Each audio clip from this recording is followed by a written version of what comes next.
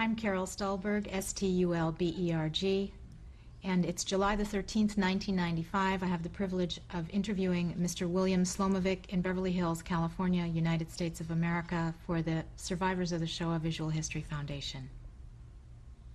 This is July the 13th, 1990. Sorry. This is July the 13th, 1995, and we're interviewing Mr. William Slomovic. Mr. Slomovic, would you please tell us what your name was at birth? The secular name was Willem Slomovic, which is the Czech variant for William. My Hebrew name was Menachem Ze'ev, which translates into Yiddish as Mendel Wolf. Wolf was the name of one of my great-grandfathers, and though he died before I was born, obviously, because we named people, or rather did not name children after living persons. But in every household there was a William, there was a Wolf. And in fact, later in Auschwitz I was with two Wolves, neither of whom survived, unfortunately. So that's my name. What did they call you at home? Wolvi. And in our hometown everybody had a nickname which was just sound. It didn't mean anything. My nickname was Bumbalitsa. There is no such word in Yiddish or in any other language, so far as I know. And how I came about to get that, but that was my nickname. And where and when were you born? I was born on November 13th, 1926, in Slatinske Doli. It was then part Czechoslovakia. The name of the town is Salt Mine. In Hungarian it's Okmaszlotino, which also means salt mine, because that was its major industry, was salt mining, which had gone on for thousands of years, because there were indications or artifacts showing that the Roman legions camped on the Danube would come to Solotvino, to my hometown, to get their salt. So it's that's the name of the hometown. And how old are you today? 68. And what were the names of your parents? My mother's name was Judith, or Idis in Yiddish, and my father's name was Froim, which was also a very common name in our family, because there must have been some grandfather Froim who was very popular. What was your mother's maiden name? Wiesel. And what were the names of your brothers and sisters, from the oldest to the youngest? The oldest is Leiser, or Eliezer as we call him today, and then is Yanku, Jack, then I, and then I had two sisters, Hannah, Hani, and Etu. And then I had a brother Avromi, Abraham, or little Abraham. And then I had a sister Rebecca and a sister Malka. We were 8 children, 3 of which survived. And what was your father's occupation? My father was a businessman, and he wholesale lumber and timber, and he would in the 30s he would lease forests from the state, cut down the trees and process them, and then sell the lumber both locally and also as far as France and ironically enough Germany. Were you an Orthodox family? Yes, we're very Orthodox. My father wore the usual Orthodox garb. My mother, who was a little bit like Ruth amid the alien corn, was a modern lady who read the classics. The classics were in our home. She read the contemporary magazines, and altogether was a modern woman and a rebel. She had to be a rebel to be a modern woman in that milieu. So tell me, what was your childhood like growing up in that town? Well, my childhood was, well, actually it was good traditionally. it was not. And let me explain what I mean by that. It was good because I lived in a loving family, very dedicated, very devoted. My parents were extremely devoted to their children. And the family was fairly well-to-do by European standards.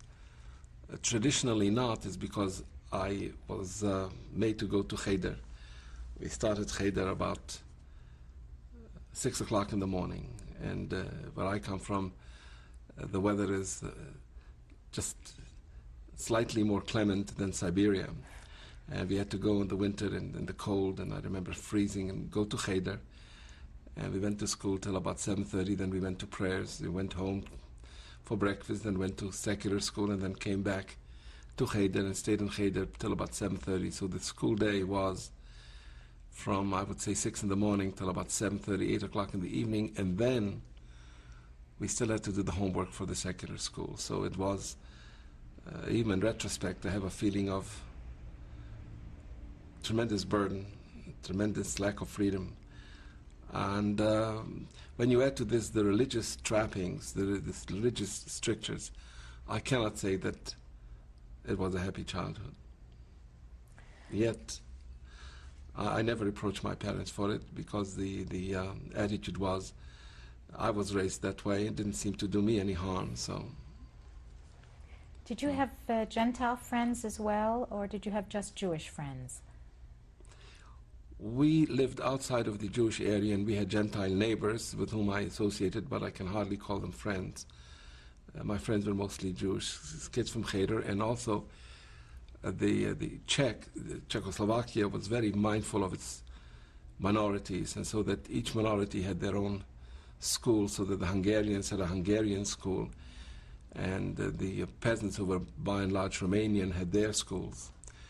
Although there was some integration, the Jews by and large had their own school, because the school was in the Jewish area, and I remember that the school, secular school, was only about 3 to 4 hours a day, because the economics were such that they could not afford.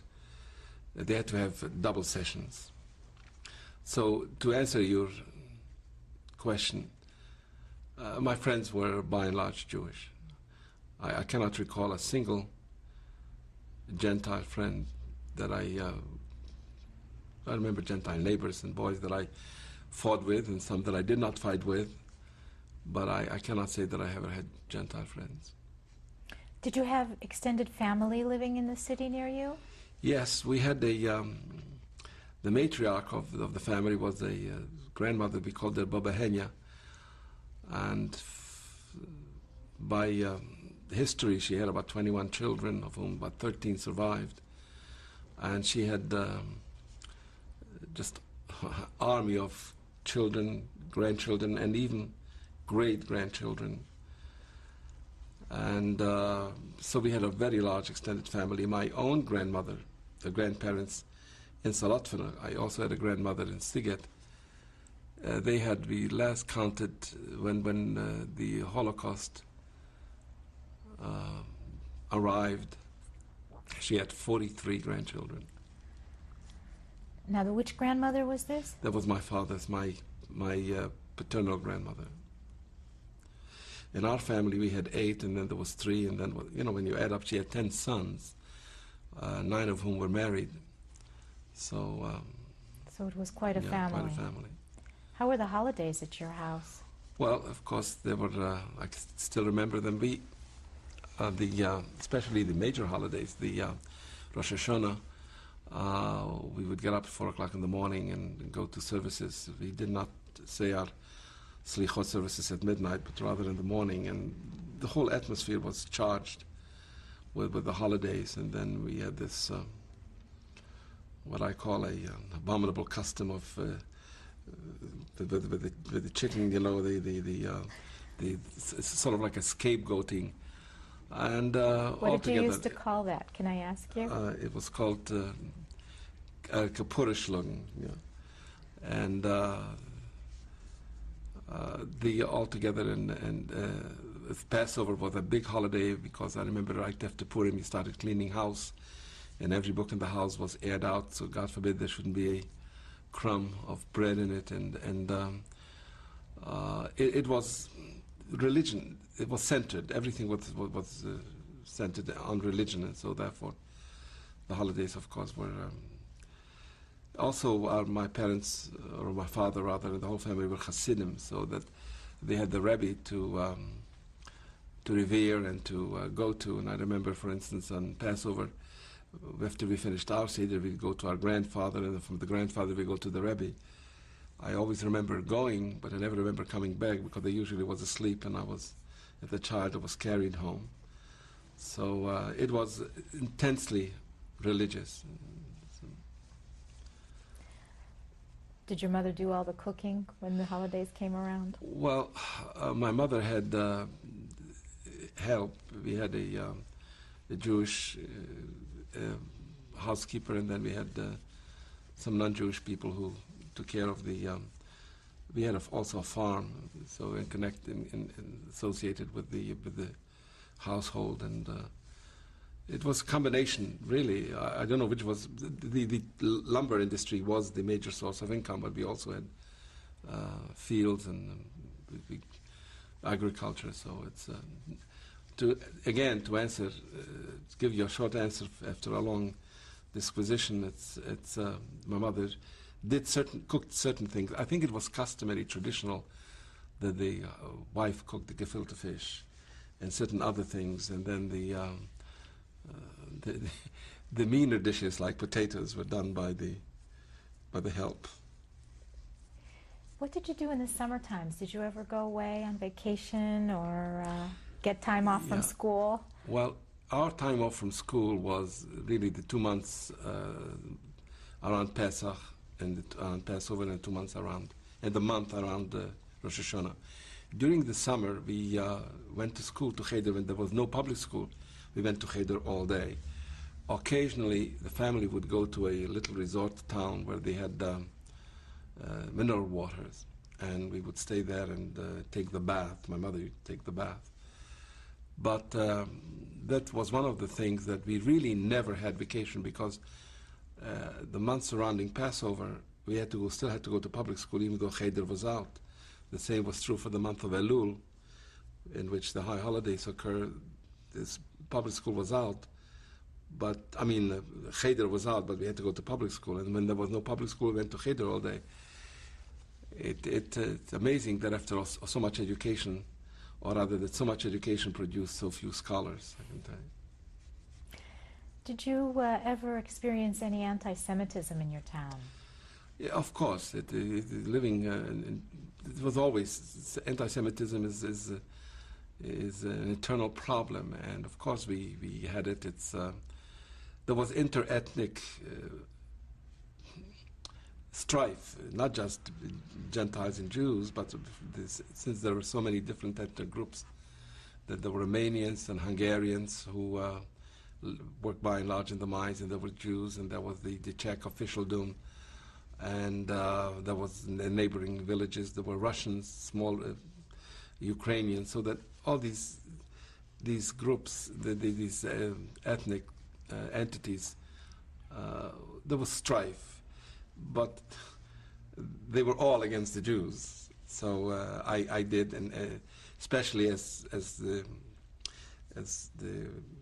late 30s, when anti-Semitism became an official policy, then we really suffered, and we would not dare go into the non-Jewish sections. And if you did, you were likely to be involved in a fight in which you were inevitably the loser, because if the authorities were called, you were the ones who got beaten and punished. And so, again, the answer is definitely that there was always anti-Semitism. In 1939, when the war started, you were about 13 years old. Right. Did you have a bar mitzvah? Yes, I had a bar mitzvah. Since I was born in November, the bar mitzvah was 39. What happened was in 38, as you know, after Munich, Czechoslovakia was sort of parceled. Now part of Czechoslovakia became Ukraine. It was called Small Ukraine or whatever. And that lasted only between October, when the Munich settlement was signed, till April, or March rather, when the Nazis marched into the rest of Bohemia and Moravia. Concurrently with the Nazis marching into Prague and to Brno and those areas, the Hungarians came to our part. So we became part of Hungary, so that when I had my bar mitzvah, it was already part of Hungary. And things were already, because there was official anti-Semitic policy in Hungary, laws designed to keep Jews from certain professions, from certain schools and so forth. So that when my bar mitzvah was, at the time, was already rather critical and strained. So what was it? What was your bar mitzvah like? You know, we didn't have elaborate bar mitzvahs like we have them here. In Europe, a bar mitzvah was the boy came of age, and he would say his, what they called a pshetel, he would say his portion from the Torah, and then he would, if it was bright, he would read the weekly section of the Torah, and then he would have a kiddush at shul. I cannot remember a single ceremony. We didn't have the Dallas cowgirls like they have them here, march at bar mitzvahs. We didn't have those things. It was strictly mitzvah. It was very little bar, to coin an old phrase. And in my bar mitzvah, I remember reading obviously I was too young to research it myself, and I was taught, and I was at a yeshiva already in a neighboring town, the town of Rachov, and I came home for my bar mitzvah, and I remember it. And said what I was taught, and plus I read the portion of the Torah, and then we had a kiddush in my house, and that was it. And then I went back to yeshiva. So when you went to school in the yeshiva in this town of Rachov, did you actually live at the yeshiva? And before that we had a housekeeper who was sort of like, she came to us as a young woman, and she stayed with us for so many years that she became really a member of the family. And then she married a cousin of hers in Rachov, and we went to live with her. My brother Jack and I think another boy and I went to live with her.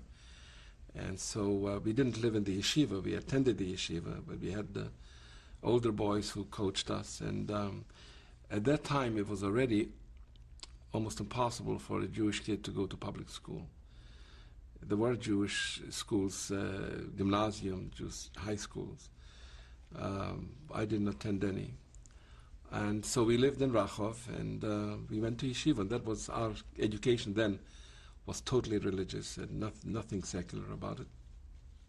Except that I remember my father bought me a book with English and Hungarian, or English and Yiddish, I don't remember, so that I could learn English on my own. And did you learn English? Well, I tried, but I didn't know how to pronounce these words, so that I must have sounded very strangely when I spoke it. How did the Hungarians coming into Czechoslovakia affect you and your family? Well, first of all, it affected us economically. It was difficult for a Jew to be out front and run a business. You had to have what they were called straw men, where you had to share. You had to have a front man, and so that somebody was there overlooking your business. And these people were not, most of them were not very kind. They were there for what they could extort. So that affected the business. We had two lumber sawmills, one in a place called Trebushan and another called Barnabash. And I remember that the one in Barnabash we kept to the last, again with somebody serving as a front. And I don't remember what happened to the one in Trebushan, but we still made a living. My father still made a living. Went often to Budapest because the Hungarians still needed somebody to process this lumber, and since my father was an expert and the whole family was practically in this business, so that I myself never went to Budapest, but I know that Jack went to Budapest many times as a messenger in the business, and my father would go quite often, and we still lived comfortably, certainly relative to many others, but it surely affected our business. and also it's the atmosphere, the oppressive, threatening atmosphere that comes to mind, that I remember. The Hungarian police dressed in hats with high feathers. I don't know whether they saw this to get more height or to instill fear, but I remember being deathly afraid of them as a child. And also the fact that you could not go to school, and that basically you wasted your time. And these are your glorious teens, in which really were spent in fear, and then the war came, of course, and we followed the war quite closely to the extent that we could, even to the point of listening clandestinely to radio, to the BBC, which was if you were caught. And then they took all the radios. The Jews had to surrender their radios, and then the general population had to surrender its radios. So that really the only news you got was through the paper. Yeah. So. Were you and your family personally harassed by the Hungarian police ever? We were harassed at the very last. My father was. In what way? He was beaten black and blue because he thought he was hiding some gold or some. And he was, I remember, they took him away, and then when I saw him again, we were already on the train to Auschwitz, and I remember he just absolutely appalled how he looked. It was just one massive hematoma. Not just he, but the Hungarians were very, very willing accomplices to the Germans. I don't know whether you've gotten this in other interviews, but I know that they were very willing accomplices. In fact, we had the people moving into our house before they even left for the ghetto. They were already moving in their things and claiming our furniture. They were dreadful people. These were Gentile Hungarians Right, that you're referring right. to? Of course, this happened in April, in March and April, and the Russians were there in August, so they didn't enjoy the fruits of their cruelty really very long. But still, they were just took it for granted that this is the right order of things, that this is God had preordained it, and I'm sure that they found religious justification for it. The Hungarians were actually in your town for almost 5 years before the Germans Yeah, came but in. remember also the Hungarians were there before the First World War. Czechoslovakia was a creature of Versailles. There was no Czechoslovakia before. And in fact, when they offered our part of the country to the Czechs, they sent a delegation to look at it, and after taking one look at it, they said, no, thank you. They didn't want it. The Romanians wanted it, but they were not very popular at Versailles, so they insisted that the Czechs take it. But, for instance, my mother spoke Hungarian because traditionally, historically, it was part of Hungary. Really, from time to time, part of Transylvania, which sometimes was part of the Austro-Hungarian Empire. Sometimes it was an independent principality or duchy, but the language in the street was mostly Hungarian. So in that period of time, do you feel that and you were still just a young boy, you were just a teenager, do you feel that your life at that time was probably a lot harder and more oppressed than it was before? Did you feel? Yes, first of all, your career is stunted, it's cut in the middle, your life is cut in the middle. It's very difficult for somebody who hasn't lived through to appreciate the fear that is pervasive, that is wherever you go. If you want to go on a train, you're afraid. If you want to go down the street, you're afraid. You're afraid somebody's going to come and knock on your door. And this is something that we lived with, and that colored and affected all our lives. And I feel that we were so conditioned by this fear that when the crisis came, we were just powerless to do anything. In fact, I just asked my brother if he remembered there was about half a dozen Polish boys who ran away And they knew what was going on in Poland, and they ran over the Carpathian Mountains and came to Siget, and they were hiding. But they would emerge when Jews gathered, like at the mikveh or at the synagogues. And the attitude of the local community was one of fear, just terror. And certainly didn't acquit themselves heroically. I felt that they could have helped those boys much more. I don't know what happened to them. I hope that they made their way to Romania, because Romania, as bad as they were, you didn't have these massive destructions that you had in Hungary. And they told, I'm sure, our parents what's going on, but